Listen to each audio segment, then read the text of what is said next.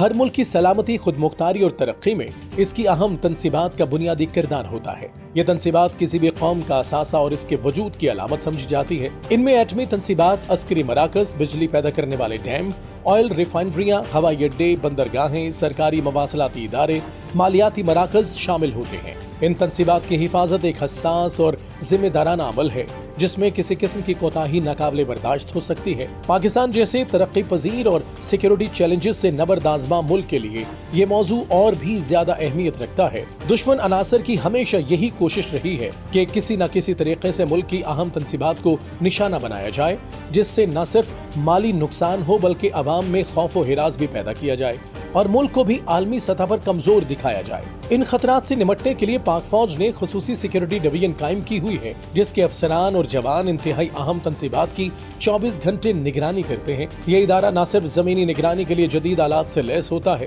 बल्कि साइबर हमलों और तकनीकी खतरात से निपटने की भी भरपूर सलाहियत रखता है। खुसूसी सिक्योरिटी डिवीजन फौज, रेंजर्स और दीगर कानून नाफिज करने वाले इदारों के साथ मिलकर मुश्तरका हिकमत अमली के तहत उन तनसीबात की सिक्योरिटी यकीनी बनाता है, क्योंकि आज के दौर में सिर्फ जिस्मानी सिक्योरिटी काफी नहीं बल्कि टेक्नोलॉजी की मदद से जदीद हिफाजती निजाम भी कायम करना नागुज़ीर हो गया है। सीसीटीवी कैमरे, ड्रोन निगरानी, बायोमेट्रिक सिस्टम, इलेक्ट्रॉनिक गेट्स और साइबर डिफेंस निजाम अब हर अहम तनसीब का लाज़मी जुज़ बन चुके हैं। ये भी जरूरी है कि इन तनसीबात में काम करने वाला अमला मुकम्मल तौर पर तरबियत याफ्ता, मुहिब वतन और चौकन्ना हो, जो किसी भी मशकूक सरगर्मी पर फौरी रद्द-ए-अमल और रिपोर्ट कर सके। पाक फौज के तहत काम करने वाला सिक्योरिटी डिवीजन अपने अफसरान और जवानों की सिक्योरिटी क्लियरेंस के लिए भी खुसूसी इक़दाम करता है। यही वजह है कि आज तक कोई भी मुल्क दुश्मन पाकिस्तान की अहम तनसीबात तक नहीं पहुँच सका और न ही पहुँच सकेगा, क्योंकि वतन के बेटे उनके दिफा के लिए